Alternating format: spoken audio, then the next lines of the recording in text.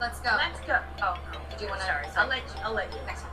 I'm excited and I feel relaxed and I'm ready to party. Don't say sorry. You don't need to do that. You don't need to apologize. It's a fucked up female habit. You don't need to be sorry for anything ever. Can you guess what every woman's worst nightmare is? I don't have razor juice. I have nothing to prove to you. When I'm good, I'm very good. But when I'm bad, I'm better. I say when it comes to stardom and Lauren, there are no accidents. Hi, Karen Peterson. Hello, everybody, and welcome to Citizen Dame, the podcast where we are raunchy ladies talking about raunchy ladies. I was going to try to do that with a straight face, and then I couldn't. I am Lauren Humphreys Brooks, and with me, as always, is raunchy lady Karen Peterson. I'm sorry. Hello. Jeez, I apologize. It was an intro. I cracked myself up. How are you, Karen? I'm doing all right. How are you? I'm pretty good. I'm still recovering from last night. I'm just going to brag a little. I got to go listen to Mahler's Fifth last night, which anybody who has seen Tar, which should be everybody listening to this show, would recognize as a very significant piece in the Cate Blanchett starring film Tar from last year. I guess technically not last year, the year before now, but yeah. But was Lydia Tarr like conducting? I mean, my friend and I kept hoping that she would just come out and just push that guest conductor off the stage and say, no, this is mine, but she never did. Damn. Yeah. Well, she's been kind of she's sort of canceled, unfortunately. Yeah, she definitely was canceled. Yeah. Not for no good reason. Yeah, no, perfectly good reasons. Like I'm not defending her at all. Anyway, it was great. So that's awesome. That's awesome. That's very, I think I said last night, that's very artistic of you, very like artistic integrity here. Like me, I drank too much wine and watched a Japanese film. So which also sounds like a really great night. It was a lot of fun. Had a good time. So today we are actually, one of the things that we want to talk about is raunchy lady comedies. I didn't know what else to call this, like raunchy comedies starring women. It's kind of clunky to say. So that's the raunchy ladies. But so it's kind of a specific subgenre, but the subgenre of films that usually feature like some big event for a group of women who get to go out and do shenanigans and like get into all kinds of trouble and possibly break multiple laws, international ones, national ones. And also it's just a chance to, very often watch some really good female comedians interacting with each other and having a lot of fun together. So the three films that we're going to talk about today are Bridesmaids, from 2011, which in many ways is one of the OG raunchy lady comedies, definitely from this era.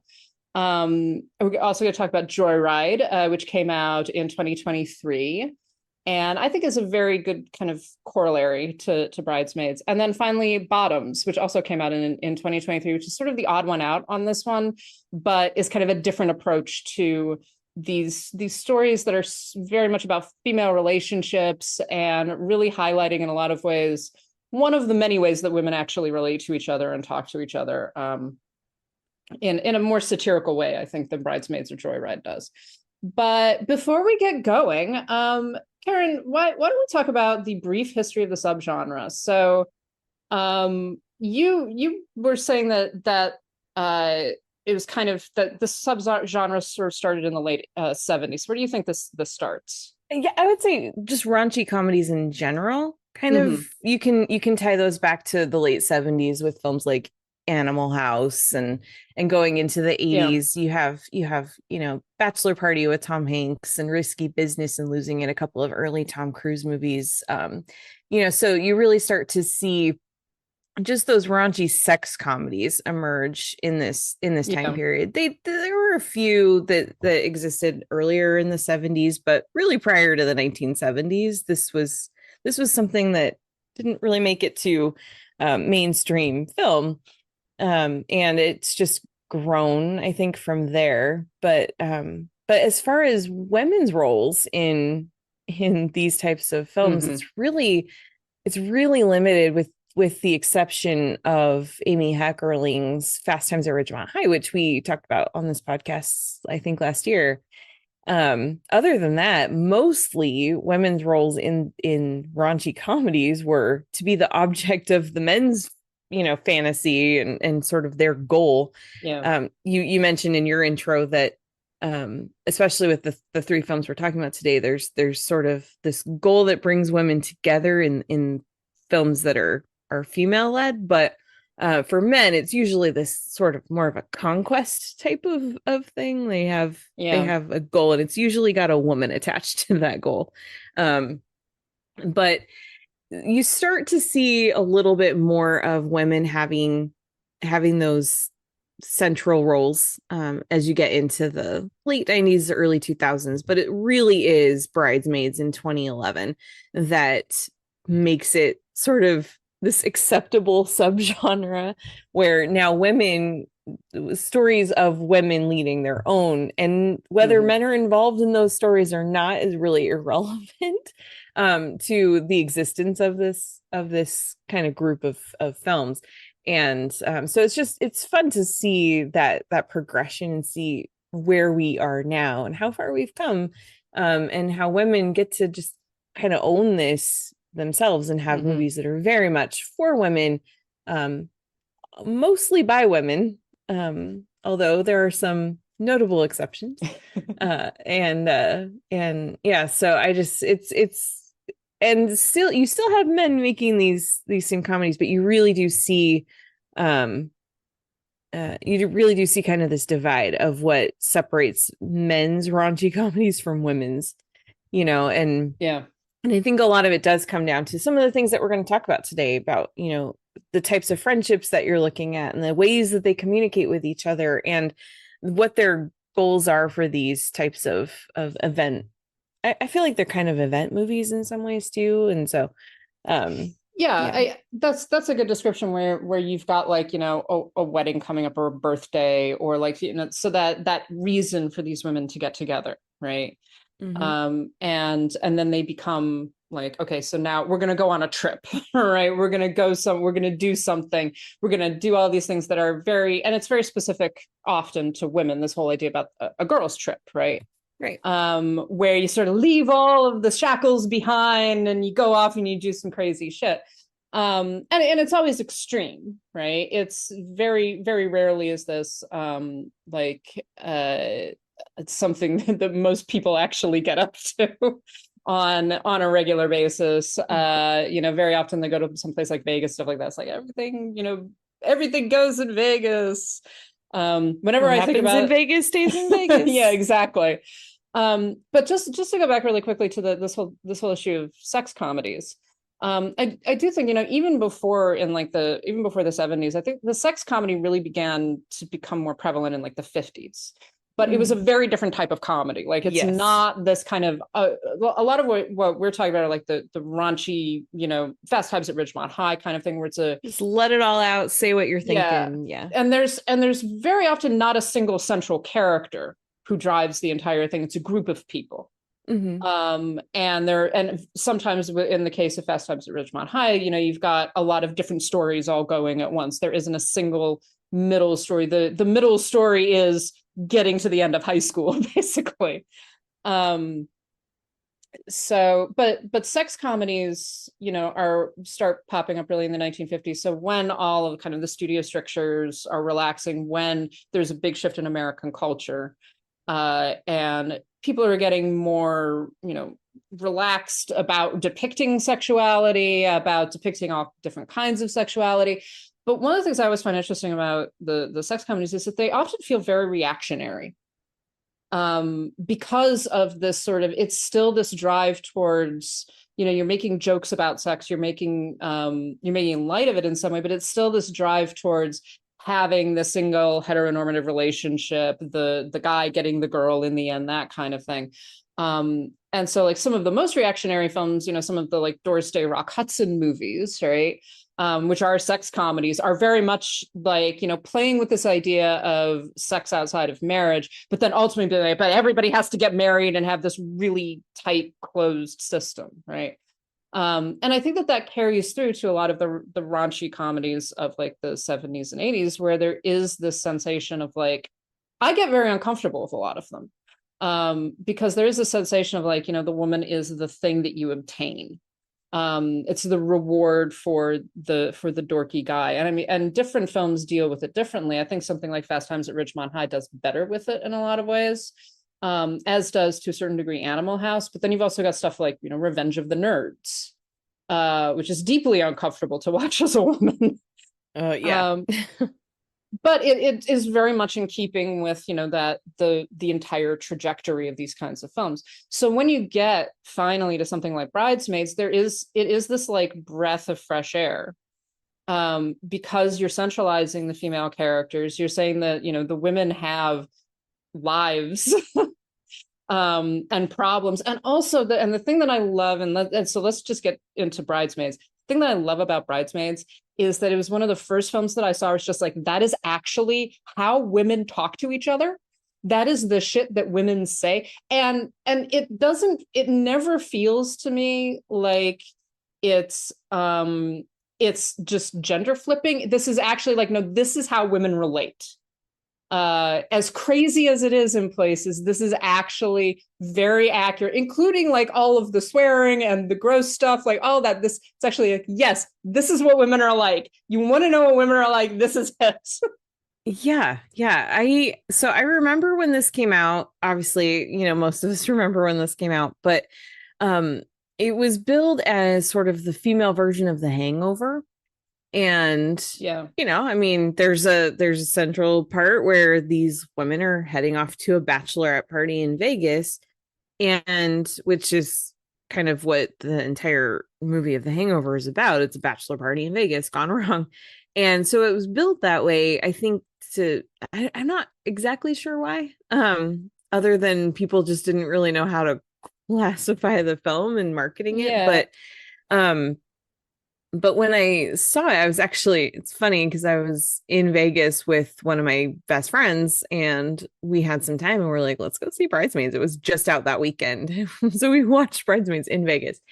And we loved it instantly, but we both were like, this is not at all like The Hangover. And we're so glad about that. Like, it got to be its own thing. It's very much its own film that, like you said, it really does capture the experience of female friendships and the way that we talk to each other, whether we're friends or whether we're not friends. And it captures those nuances just so well. And also the awkwardness of hanging out with people you don't know very well, and you're supposed to all get along and you're there for the same reason, but it's the awkwardness that comes from that too. Yeah. And it's so well done. I just also want to mention, because I'm the stats girl and I love the Oscars, this was nominated for 2 Academy Awards, by the way, for original screenplay by Annie Mumolo and Kristen Wiig, and also Melissa McCarthy for supporting actress. Mm-hmm. Well, and this is like, I mean, let's talk about Melissa McCarthy in a minute, because she really is just a force in this film. Yeah. In a film full of forces, like, yes. Honestly. But so this is directed by Paul Feig, as we know, and Paul Feig, we're forgiving him for being male in this case. He is allowed to direct this film. He's an honorary woman, so this is all right. He's really a female director. But it's also written by Kristen Wiig and Annie Mumolo, which is very important. I think, in fact, all 3 of the films that we're talking about were written by women. Yeah. And I think that is important. It just in terms of exactly what we're talking about here is that the way that women relate to each other, the things that women actually say, the jokes that you make with your friends. And beyond that, the female relationships themselves, that, so, and the big conflict is very much Annie, played by Kristen Wiig, and now I'm blanking on her name. Helen Harris the third. Helen, yeah. And as soon as she comes on screen, you're like, I know what this is. Yep. Like and it's not one of those like, oh, she's a character type. She has, all of them are types to a certain degree, right? But so I know that person. I've met that person. Maybe not that specific character, but I know what this dynamic looks like. Mm-hmm. Even if you haven't been directly involved with it, you've watched it happen, right? And so like, and the way that they relate to each other and the attempts to kind of be nice, but also the passive aggression and like the one-upsmanship, all of that stuff is so true to like reality that it's painful in play. There are places where I'm just like, I can't actually look at this. I can't listen. I can't watch this because it is actually real. And I think that runs through the entire film, where the way that the women relate to each other, both in terms of the comedy, but also just in terms of the interpersonal relationships, is so real. Right, because it really taps into something that is I know men experience this as well, but women sometimes a little too often, actually way too often, are crippled by feelings of inadequacy and feeling imposter syndrome. All those things are so true to our experience. And what Bridesmaids captures so well is two women who are at complete opposite ends of the socioeconomic scale. Yeah. Because you've got Annie, who is basically, at a certain point in the movie, she hits rock bottom where she has no money. She has nothing. Nothing is hers. And she gets invited to not live in her own apartment anymore. And she has to go move back in with her mom in her 30s. And then you've got, on the opposite end of that, you've got Helen, who is married to a very successful businessman. They're very wealthy. She has a country club membership. But what Helen doesn't have is a group of female friends. She does not have a best friend. And so she latches onto Lillian, who is this person that connects all of them together, which is Maya Rudolph. And she's the bride. And I hope people have seen the movie that are listening to this, but just in case you haven't, or it's been a while. Anyway, so they're basically so you got Annie and Helen are basically fighting over Lillian, and she's the thing that brings them together, but they would never have any reason to ever interact if it wasn't for this event, essentially. And but even though they come from two completely different worlds, and Annie would totally, just envy so much of what Helen has.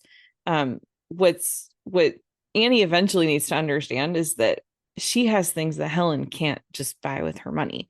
And so just seeing the way that dynamic plays out, it's done so well, because it's something that any woman can relate to, no matter which end of that economic scale you're on, no matter where you're at in your life. I think it's something that we all can relate to in some way. Yeah, absolutely. And I'm glad that you brought up the whole class question, because that was one of the things that I guess never completely clicked for me when I first saw the film. And that actually on this rewatch, I was like, this is really about class. Because exactly, so much. So you have Lillian and Annie who come from, they come from the same place. They've been friends since they were kids, all of this stuff. And then you've got Helen, who, like you say, is on the completely other end of the spectrum, and Lillian is connecting to her based on her job and her, the man that she's marrying, etc. So there is this like trajectory of connection, right? And what is happening is that Annie feels like she's getting left behind. But there are all of those moments where, like, even the bridesmaid dress fitting, right, which is so funny and gets overshadowed by the food poisoning attacking everybody. But one of the elements that is working there is the fact that Annie can't afford any of this. Right. She's looking at the cost of dresses. She's looking at the cost of everything. And she's like, I can't pay for this. Right. I can't, and I think that many of us, but certainly myself, have had that experience of like, I don't have the money for that. I don't have the money Yeah. to do this, right? And it's that pressure to be like, but I want to be there for my friend. I want to do all of these things, but I literally can't. Right.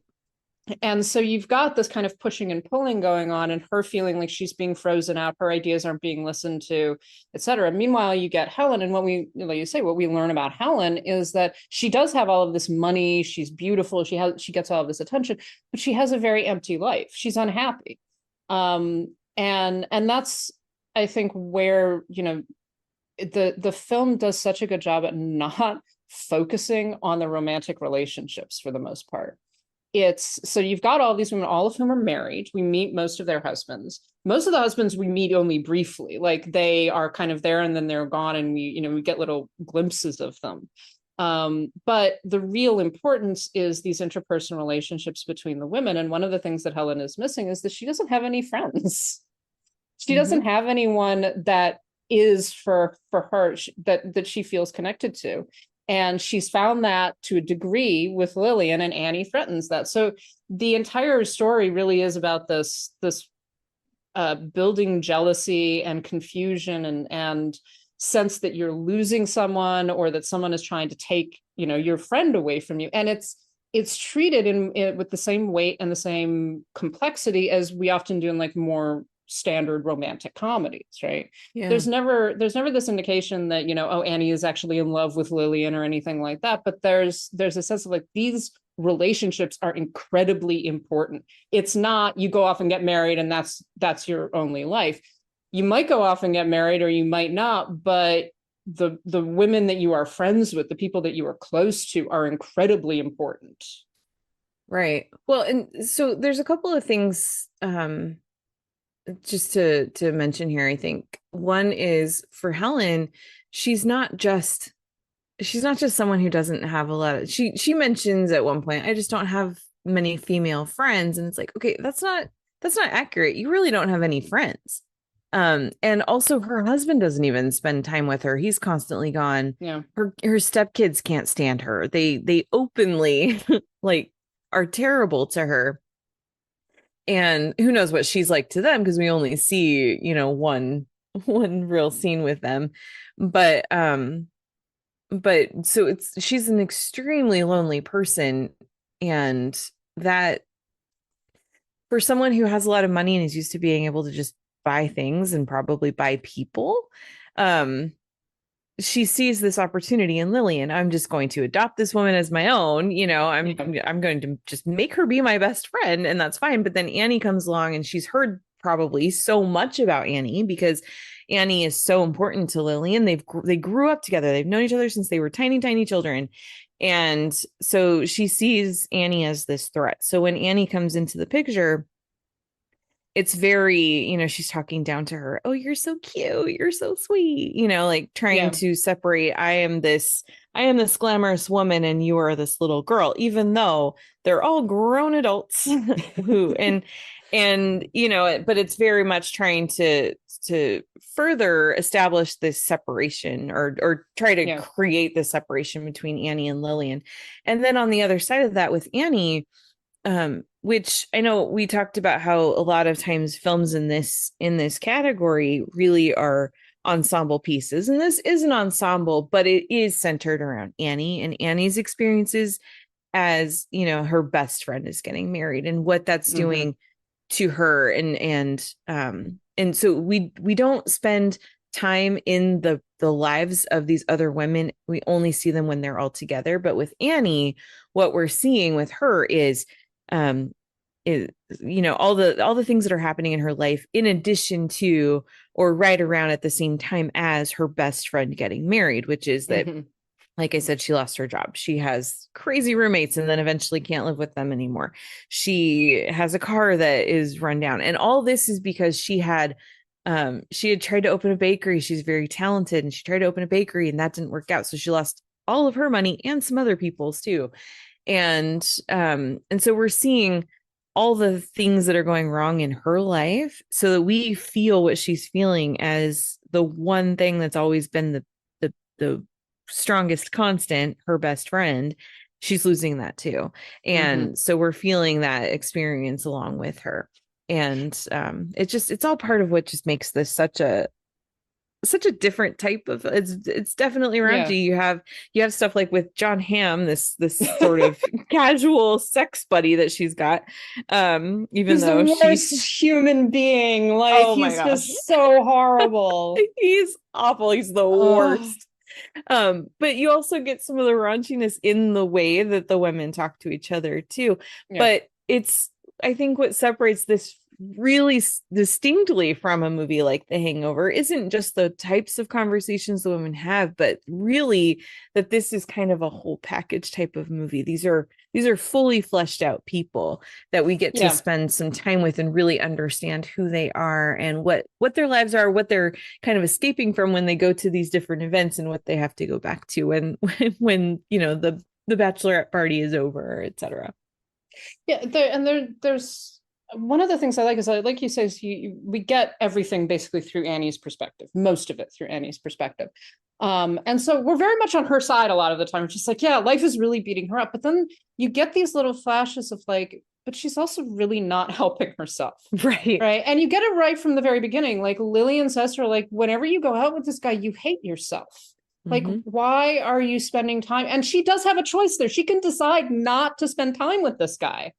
And she's like, and I don't, she's like, I don't like the fact that you hate yourself after all of this. You have to go through all this. And I like that. And you get that throughout. And you get that also with her kind of building relationship with Rhodes, the police officer, who says to her several times, like, why, you can just get your taillights fixed. Yeah. You can do that. Like, it's those things that, while we feel got a great deal of sympathy with Annie, we also get the sense increasingly, like, she's depressed, right? She's sad, she's struggling, but she's also not helping herself. And she's complaining about the fact that she's not helping herself. And I like that. I like that we get those little elements. And we also get those flashes of like the other women's lives. And I particularly like when it comes to Lillian, when she runs off, she disappears, right? She cannot be found. And that's again the scene. They find her eventually. She's like, oh, she's in her apartment. Missing girl found at apartment. They go rescue your friend from her apartment. But it is this like, and suddenly we get this like, oh, she's going through shit too. Like, she feels like she's been abandoned. She feels like, what is she even doing? Why is she getting married? All of those things. Like, she feels like, she's something like, my dad can't afford all of the things that is happening. Like, he doesn't know what to do. So you get these moments of like, these are not, like you say, these women have other lives that are not being shown on screen. But also everybody is dealing with something that is not immediately prevalent. And you're just like, oh yeah, she's having difficulty too. And she wants to have her best friend there. And that's why, she asked Annie to be her matron of honor, not Helen at the beginning, right? That's the whole point. Let's talk really quickly about some of the more secondary characters. So in particular, I love all of them. One of the things that I really do wish the film had gone further on, and I feel like it's something that got cut out or something, is the relationship between Rita and Becca. Yes. It was Wendy McClendon Covey and Ellie Kemper, because it's heavily hinted that like they are embarking on sort of a lesbian relationship at one point. And it's just, you mean like, when they start making out on a plane? When they start making out, and there's also a scene where like it's at the bridal shower. The bridal shower, and Annie says something like lesbians, and they kind of look at each other. And I feel like it was like in part of the script, and it got cut out or it got cut down. But I really wanted more just generally of the two of them, because they're very funny women. But also it's just like those two women are not straight. Like, can we talk about this? Yeah, well, let's talk about them for a second. So it's interesting because there's a lot happening there, and you don't necessarily know, is it that they are actually lesbians? Are both of them bisexual? Are they just having some fun? You don't really know. And I would say you don't necessarily need to know. It is just kind of this interesting thing that I agree. I would love to have seen it get explored a little bit more, but also this is I kind of always, I'm not a big like, let's do a sequel for everything, but this is kind of one where I would love to revisit these characters and kind of catch up with them 10 years later or something, but I think I think the setup with them is really interesting because you've got Rita, who is Wendy McClendon Covey, and she is this mom of 3 boys. She hates them. Obviously, she loves being a mom, but she just hates being a boy mom because she's constantly just like talking about how terrible they treat her and all the crazy, like awful crap that happens in her house. And like, oh, I cracked a blanket in half. Oh, ugh, ugh. But I love that the introduction of her character is like there's so much semen. And it's just like, how is this a conversation that's happening in this moment? Like it's like her second line. Yeah, but it's like that's just what her life is, and so she's just miserably surrounded by men. And then you've got Becca, who is a newlywed, who's married to a guy who might be gay, might be asexual. We're not really sure. He does everything he can to avoid sex with his new wife, and she's miserable. And so they end up having a scene on the plane where they're having this conversation, and Rita's basically like, yeah, it's because you never had slutty college years, you don't know what you like. And so they're kind of in this experimental thing, and how that plays out for the two of them, no, it's up to us to imagine. Nobody really knows for sure. Maybe they both leave their husbands and live together happily, but the point of that, I think, is that they are both miserable in the situations that they're currently in, and they find some comfort in each other, even though what they're going through is different. One can't get her husband to leave her alone. The other can't get her husband to touch her. But it's another thing that brings them together, and it's yeah. I mean, I have like, I don't know, maybe it's just like the approach that I was taking when I was watching film. It's just like those women are not straight. They're just not. Right. I do not believe that they are straight, because one of them is obviously disgusted by men, and the other one married a guy that doesn't want to be with her. Right. But she wants to be wanted and all of that. Yeah. So I would say definitely Becca is a lesbian and did not know that when she got married, because she probably was a virgin when she got married. Yeah. For Rita, I think it's more of just, I would say she's probably bisexual. That's my guess. That's my interpretation. Well, and I do love, and this is why I think I wanted a little bit more of them, just to see like kind of in the background or something, like where is that dynamic going right now? Because I love that, just like you're as beautiful as Cinderella and you smell like pine needles. It's just like you have a face like sunshine. Just like that, that's sort of like cute aggression or something like that. It's just it's very funny. And of course it's occurring on the whole airplane scene where everybody is just losing their goddamn minds. Basically everything's melting down, getting drunker, getting high, like, and again, I think that and Kristen Wiig is hilarious in that whole thing. Like she's wonderful, but it overshadows some of the other things that are going on. That entire scene, from the moment they get on that plane, actually from the moment they're walking up the jetway until they get kicked off the plane, is I would say one of the greatest comedy scenes, at least of the last 20 years, I would say maybe ever. Well, it's so well done. It's so well structured, like, because like you get Annie is afraid of flying. She really doesn't like this. You get the nightmare. And she also is bringing in the anxiety of still not being able to afford any of this. Yeah. So it just magnifies everything. You get the nightmare of the seating arrangements, like, all the things. And then and then again, everybody's getting drunker, getting high, getting like, it's getting worse and worse. One of the things I really like about it is that there is this moment of like prompts, just like, oh, they're going to go to Vegas, and then they never fucking get to Vegas. Right. And the entire, like, the whole Vegas scene is on the plane, basically. That's where everything begins escalating. Yeah, it's very, very clever. We have other films to talk about, but let's talk about really quickly. Let's really talk about Megan, because I don't think we can't go past Bridesmaids without talking about Megan. Oh, we cannot. Played by Melissa McCarthy, as truly one of the weirdest, characters ever to appear on screen, and she's so fucking lovable. I love her so much. She's out of her goddamn mind. I want to be friends with Megan. I want to be friends with Megan, but like slightly from a distance. Just like, Megan, tell me what happened in your week. Like, that's the kind of person she is. She's fantastic. But again, there are scenes where you get her reality, and it's just like, she's got security clearance. Like, she's actually this really high powered person, and just like, okay, yes, I believe that. Yeah. Well, just going back to what you said before, one of the things this movie really is about is class. And Megan is someone who is kind of a covert agent there.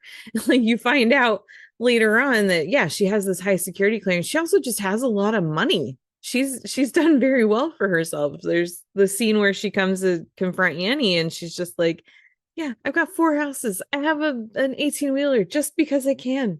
And so she's done very well for herself, but the way that she, from her outside appearance and the way she's constantly in like braces on her wrists and her feet and whatever, and she just doesn't dress very well, or she's always wearing very casual, comfortable clothes, and she never fixes herself up, and it's like, she doesn't need to. Who does she need to put on a show for? She's very unapologetically herself, but because she's so herself, it's very easy to dismiss her and totally miss all the things that she is that we never see.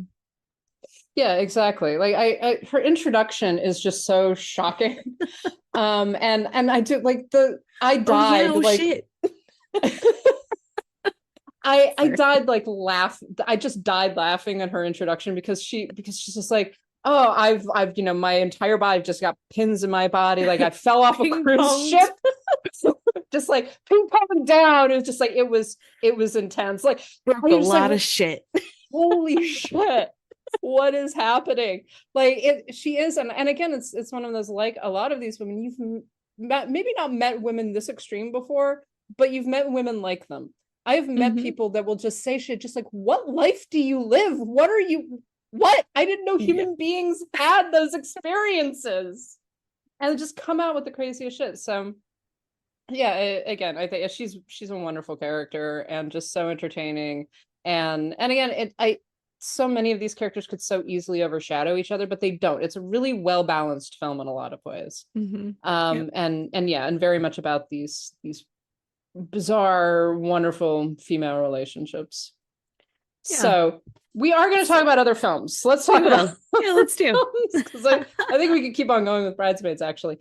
But the next film we want to talk about is Joyride, which comes out, let's see, that'd be 12 years later. Yeah. Wow. Yeah. Which is very related to Bridesmaids, actually, in that it is very much about, in this case, 4 different women coming from a lot of different spaces, who get together to travel to China and get into many shenanigans in going to China. So why don't you go on about this, Karen? Why don't you start us off? What are your thoughts on Joyride? Yeah, I love it. It's so funny. What I like is, so in this case, instead of, these being 4 girls that are, going to a wedding or going to some sort of whatever it is, basically this starts off kind of with a lie, where you have Audrey, who's played by Ashley Park, she was adopted. She was raised by white parents in America, and she does not know anything about her birth family, but she's become a very successful lawyer, and she's looking to make a big deal, and she kind of tells a lie about her family because he doesn't feel like he can go into business with her unless he knows where she came from. Family is very important and history is very important. And so she ends up kind of in this situation where she has to go try to track down her birth mom to make a good impression so that she can make this deal. And she ends up bringing her best friend, and then they get joined by, so it's this group of 4, kind of loosely connected in some ways. They're all connected to each other, but they're not good they're not like four best friends at the start of it. And it's a lot of things. It's a road trip movie. It's finding yourself an identity movie. It's and that takes on different things for all of them, because you have these four women who all in different ways are trying to figure out who they are. And I think that it handles those separate stories so well as they relate to each other. It's very funny. There are some very raunchy scenes that are there's one in particular involving a men's basketball team, an NBA team, that is just like, what is happening? And also I love every minute of this. Well, it very much, unlike Bridesmaids, which doesn't have a lot to do with men, actually. It really doesn't. About a wedding, it has very little to do with men. Although I do love roads. Yes. But yeah, this one has more to do with men, and definitely more to do with sex. And like really these women, and it's not just about that, but like some of these women getting to express themselves sexually and have sexual experiences and have crazy ones. And again, I think that that's where, you know, when you begin to get movies like this that are actually about women, you get the female perspective on some of this, and including, so, you know, so often we hear like, oh, women don't want to have casual sex. Just like, actually some women do. That's actually something some women want. And they want to do it with hot basketball players.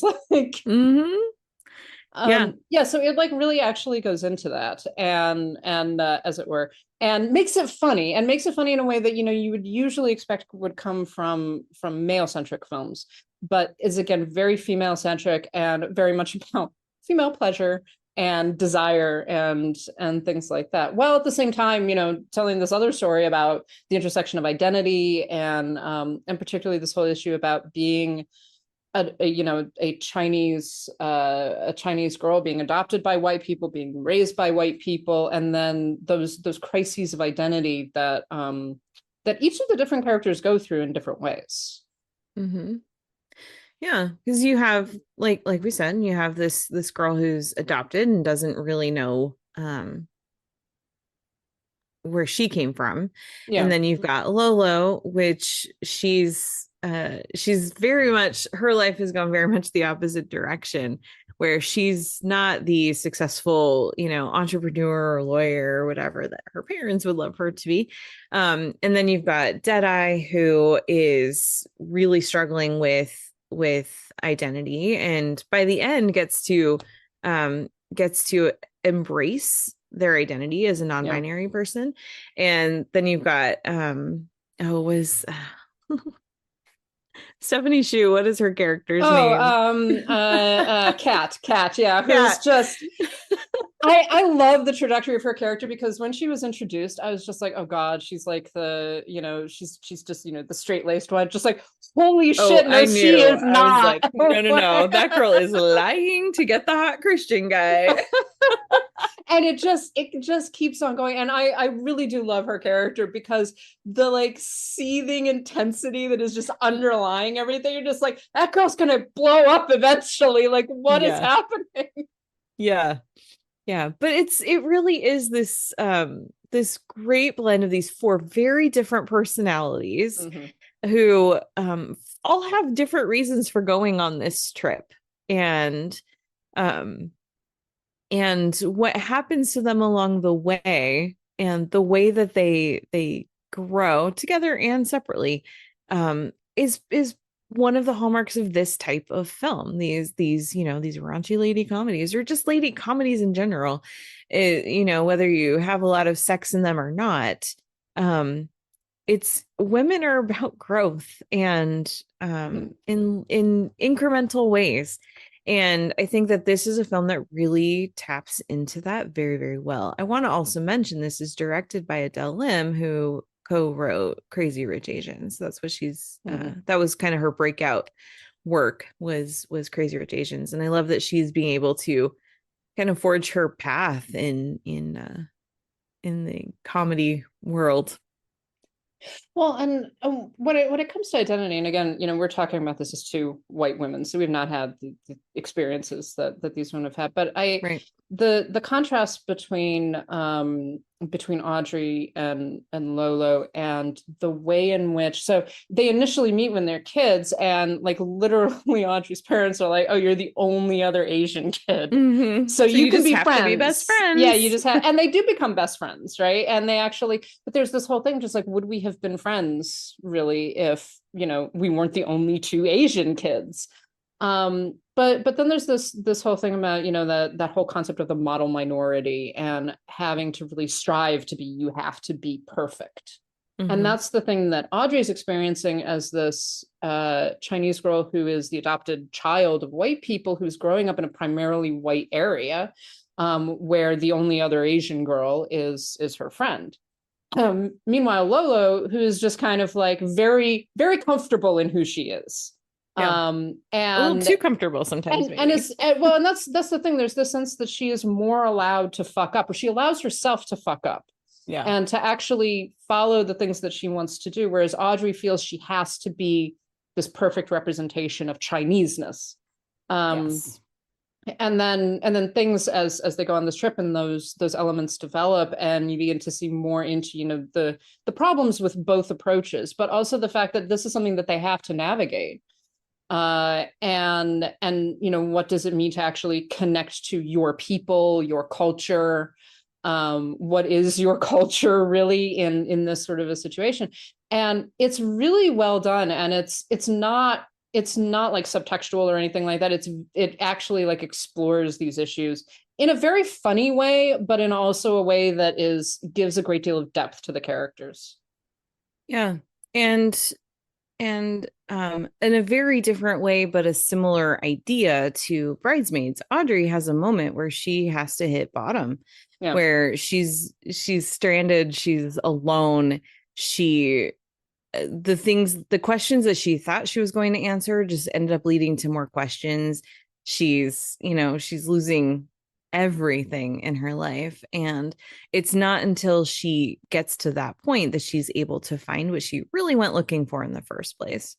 And it's so beautifully done. It's funny to talk about beauty in a film that includes a very raunchy orgy type of scene. But there really is just something so beautiful about Audrey's journey through this film. You know, it's funny. You keep hearing like, oh, it's the orgy. That's not the image that stuck with me. There is an image in this film that I was just like, that's wow. I did not expect to see that on screen. I'm not going to spoil it for people who haven't seen it, but does it involve an airplane hangar? Yes, it does. Yeah. Yeah. It's I was just like, whoa, okay, that's yeah, I know, it's just this that moment. Was a little surprising. Yeah, it's a little surprising. With you. So like the orgy scene, just like that's not what stuck with me. I don't know. No, that's one of the big funny moments, but it's not the only one. But that's the thing. It's like you have a movie with those kinds of scenes, but you also have just these really, really like emotionally rich moments too, especially for Audrey. Yeah, and it balances those things really well, and it gives space for their characters. Like you say, the character of Deadeye, who who play, and I really like their trajectory, because it isn't the central, you know, point of the story, but I like that it's actually included, and that it feels very natural to everything else. Because a lot of the film really is about this like search for identity and being who you are authentically. And that doesn't mean you have to discover who your birth parents are. That doesn't mean that you have to define yourself based on a specific culture or a specific space, but to actually be the person that you are. Right. And their whole story feeds into that and integrates with that. And again, a character that could, you know, is very much presented initially as being kind of the big funny one, right? And rapidly becomes like, no, this is a person who is like going through their own shit. Right. Yeah.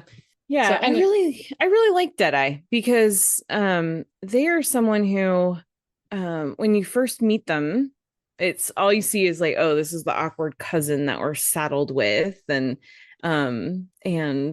is obsessed with K-pop, and that's all they care about is K-pop and talking about that, and it's, you know, and it's just kind of this weird thing. But yeah, once you kind of get to know them a little bit and get to see, there's also a lot of depth there. And it's all four of these ladies people have depth to their characters, which is what makes this all work so well, and why it's not just this funny movie about sex. Yeah, exactly. In fact, all three of the films that we're talking about, it takes these comedic premises and then like actually develops them and goes with them and gives like the characters, like say, depth, reality. Like these are real people. Like you say, you know, talking about Bridesmaids, that these are people that we've met. You know, you recognize them, and I think that there's a similar experience with Joyride, and also with the other film that we were going to talk about, which is Bottoms, which is kind of the odd one out, like I said earlier, and is much more like heavily satirical. Like Bridesmaids and Joyride are very much like, yes, they're extreme in a lot of ways, but they're meant to be taken as more or less reality. Bottoms is a weird film in a lot of ways, because for a little while, just like, what is this high school? What is this world? I think that at some point earlier, I think we mentioned that it's more similar to like Heathers. Yeah. Where you get the sensation of like, this is not a real world. So this isn't intended to be real in the same way that the Joyride or Bridesmaids is. Right. Yeah. This very much is a satire, and you can really see the influences of films like Heathers all over this movie. It's not even just, oh, you kind of feel like maybe they watched Heathers once and then wrote about, like, it's very clearly heavily influenced by films like that. It's also, unlike the other two, this is a high school movie. Yeah. So this is very much about, even though they're all adults, this is about teenagers. And so I haven't been to a high school lately, so I don't know how teenagers relate to each other now, other than what I see, you know, on TV or on TikTok. But so I can't speak to the accuracy of this, but I do think that it really does get to the heart of some things that are just true about female friendship, and also how do I say this? I don't know. I think it also really just does a good job. This is a movie that like we keep referring to it as a satire. For anybody who hasn't seen it yet, which is probably most people, it had a pretty small release and it just came out, you know, basically a few months ago. But so I also don't really want to spoil too much of the details of this one, but because you just need to watch it.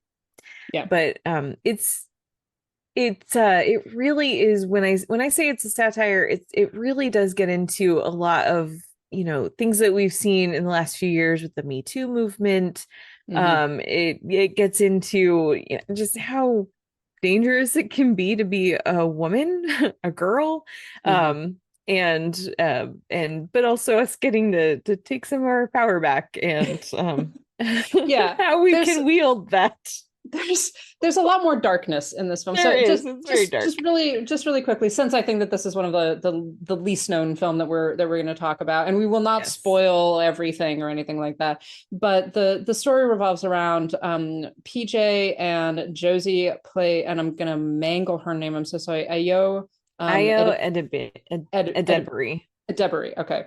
I never know how to pronounce the last name. She just won the Emmy and the SAG award for the FX series The Bear. Sorry. Anyway, go on. And Rachel Sennott, who is also one of the writers on this one, is directed by Emma Siegelman. And they're in high school. They are the unpopular lesbians in high school. And as in many high school sex comedies, what they really want is to get laid.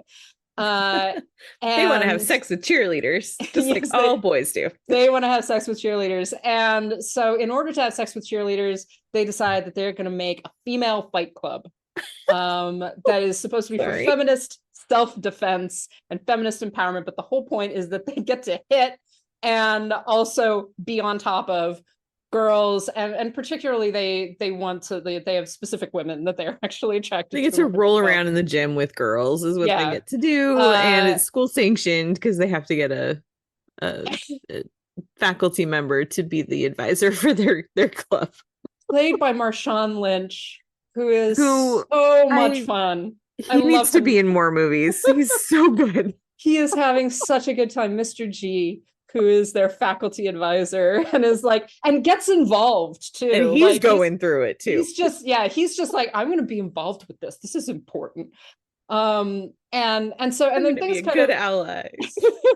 Things kind of spiral outward from there. Part of why they're able to get this going, though, is also because there's this looming threat of this rival high school, and girls are in danger, and someone might have died last year. Who knows? It's like all of those high school movie tropes that are kind of dialed up to a degree of like, oh yeah, we're actually going to kill people. It's that kind of thing, and it is very funny, and I think that's one of the things that's a little bit difficult to understand initially about the film is getting into that, being like, okay, this is not serious, right? It's serious, but it's not serious. Like, no, there is no high school where they're going to murder each other over a football game or anything. It's very much treated with that edge of satire. Yes. And so as the film goes on, it gets crazier and crazier in a lot of ways. And then it very much does highlight the particularly the friendship between PJ and Josie, but also a number of the other women. And it was interesting. So I remember when the story of this film came out, before the film was even released. And I remember, this is back when I was still on Twitter, I remember people freaking out about it. I remember there being like, well, but if this was about boys, everybody would be angry. It's just like, yeah, that might be the point. Like, it's just like, is it okay to make a fight club so that you can roll around in the gym with women? No, that's not okay. But I think that we also have to talk about, the difference in dynamics when you're talking about women with women, when you're not talking about, you're not talking about a revenge of the nerds, right? And I do think that that the film handles that element really well. As well as getting to kind of develop the undoubted bloodlust of high school girls. And one of the things I really liked about this was just like, yes, if I had been in high school and someone was like, you want to be in a female fight club? Yes, I do. I want to beat the shit out of some people. It's just that experience of like, there's all of this intensity going on, and you just say, yeah, let's just punch each other. That would be great. And I think that people get shocked when we actually depict women as wanting that. Yes. Thank you for saying that, because like I remember this is several years ago. I was in a situation and I was talking to a friend, a male friend, and I was talking about something that had happened with a woman. And that she was just really driving me nuts. And I was just like, she just wouldn't shut up. I wanted to punch her in the throat. And my friend that I was telling this story to just looks at me like I was crazy. And he's just like, that's really violent. I never knew you were so violent. And I'm like, well, I didn't actually punch her in the throat. I just wanted to. And I know you have too, I'm sure. It's so many conversations where you hear things like, well, women don't think that way, women don't want that, and it's like, but I'm a woman and I want that, and I do think that way. Like, what are you saying about me? But I think that some of it is because it really is not represented a great deal in media. Exactly. And there is this, like, so there, it's the stereotypes, just like men are violent and they're like, they want to fight each other, and women are gentle and all this. It's just like, no, we're not. Sometimes we want to beat the shit out of stuff. I will tell you right now, I have several friends who are female rugby players, and they have talked about the fact that female rugby is meaner than male rugby. They are more violent. It's like, actually, I would be terrified. Watch roller derby sometime. Yeah, exactly. Like, this is not gentleness.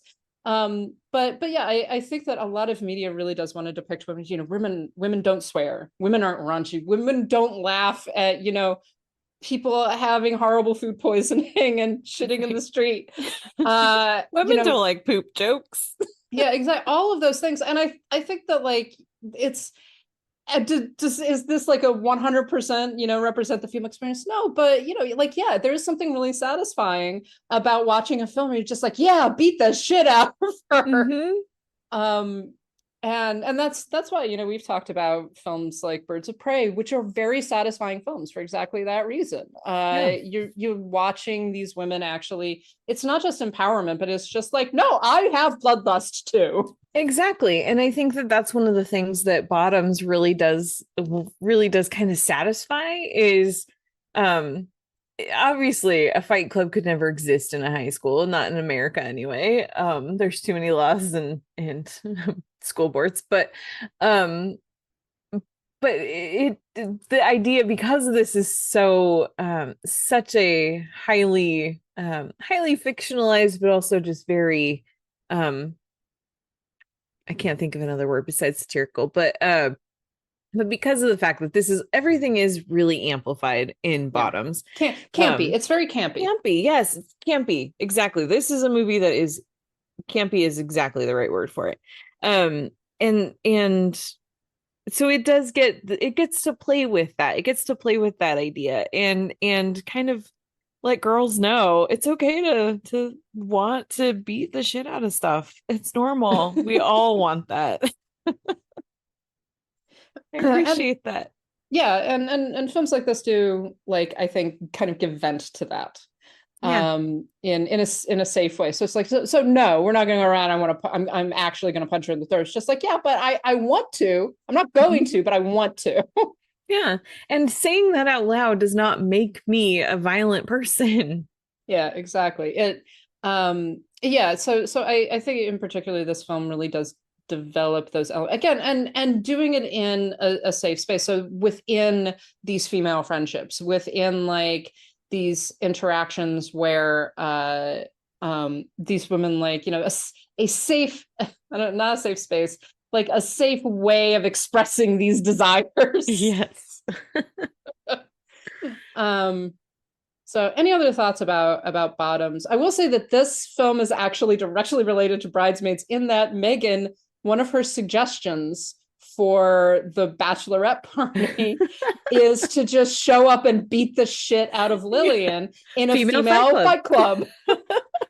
She shows up, we grease up, we beat the shit out of her. Just pound her. I feel like if Megan were a high school teacher, she would absolutely be the advisor for this club. She would be into it. She would just be like, so we're thinking female fight club, great idea. Go with it. I want to be involved. Honestly, what would have been great is if she had been the the high school principal or something. Yeah, that would have been fun. But but Marshawn Lynch is awesome. I love him. Yeah, he has a great time. I do really like what the film then, directly addresses things like feminism and the Me Too movement and this whole idea of female empowerment and the actual complexities of that. Is this female empowerment? Well, no, it's not. But also it kind of is. Right. And it definitely advances their development and allows them to get some very satisfying revenge as well. And also how women can be just as guilty of using things like feminism for their own purposes. Yeah. Mm-hmm. Yeah, to kind of navigate the terminology, everything. It's just like, we're going to present this in a particular way as though it's feminist when really the goal is to lie on top of other women. Yes. So any other thoughts on Bottoms, or indeed any of these films? Well, I love them all. They're all great. I forgot to look ahead of time, but I was just going to mention where to watch them because I think they're all available for streaming. Bottoms, I believe, is it Hulu? Bottoms has been on Hulu. I believe the Joyride is as well. I apologize. Bottoms is on Prime Video. So, Joyride is on Stars currently, and yeah, so I would if you haven't watched either of those two, I assume most people listening have seen Bridesmaids, and if they haven't by now, they probably don't want to, and they should change their minds about that. But But yeah, the for Bottoms and Joyride, if you have not seen either of those yet, definitely do yourself that favor and do it. Bridesmaids is also available on Prime Video. Mm-hmm. Yes. Or at my house. You can just come over and watch it. Or apparently at my parents' house, they have my DVD. I did not realize that they did, but I'm glad to know that it's somewhere. At least it's not lost. I was so sad. I was like, I can't find it. So I know that I own this film. So yeah, these are fantastic films, and I do think like a good opportunity to just watch women being women. Yeah. So I think that's going to close us out for this week. Thank you so much for listening. And as always, we want to thank our wonderful patrons, who include Abby, Ali, Brian, Connor, Estefania, Heather, James, Judy, Karen, Carriata, Matt, Michelle, Monty, Nanina, Robert, Steve, Sharon, and Tao. Thank you again for supporting us. If anyone has not received their buttons or stickers, please let me know. They have all been sent out. So any new ones have been sent out. If you still haven't received them, send us a message. It's possible that they got lost in the mail or something like that, and I'll send out new ones. And if you'd like to join their number, we are on Patreon, patreon.com/citizendame, where you can get all those fun buttons and stickers, as well as bonus episodes and early episodes. And also just know that you're supporting us and keep helping us keep the lights on and talking about raunchy lady comedies. So please go to our Patreon. We also have an Etsy store. That's etsy.com/shop/citizendamepod, and a Ko-Fi, ko-fi.com/citizendame. And of course, there are many different ways to find our stuff. We have our website, citizendamepod.com, and you can email us, citizendamepod@gmail.com. We are also on many different socials, on all of the various socials at Citizen Dame Pod, and we are on Letterboxd at Citizen Dame, which is where you can find links to all of our old episodes, articles, and everything else, and of course lists and everything else that we want to talk about. And of course, you can get in touch with us individually. Karen, where are you? I am on all the socials, but specifically, most especially, Instagram and Letterboxd at Karen M. Peterson. And I am on Instagram and Letterboxd at LH Business. So that will close us out for this week. Thank you so much for listening. Bye. And this is Dougie's sister, Megan. Hey. Hi. Oh, hi. My grandma's not supposed to have wine. I'll be right back. Hey, how's it going? It's going great. It's going great. I'm on the mend. You know, I just got some pins in my legs. Believe it or not, pins in my legs. Can still do this. All right? A mate fell off a cruise ship. Oh, but I'm back. Shit. Oh shit. Took a hard, violent fall. Kind of pinball down. Hit a lot of railings. Broke a lot of shit. I'm not gonna say I survived. I'm gonna say I thrived. I met a dolphin down there. And I swear to God, that dolphin looked not at me, but into my soul, into my goddamn soul, Annie, and said, "I'm saving you, Megan." Not with his mouth, but he said it, I'm assuming telepathically. We had a connection that I don't even know if I can, oh, jeez. Hey, shut my mouth. Look at, unbelievable. You must be Annie's fella. Megan. It's a pleasure. Oh, and he's not, I'm not with him, sorry. Oh, all right. I'm glad he's single, because I'm gonna climb that like a tree.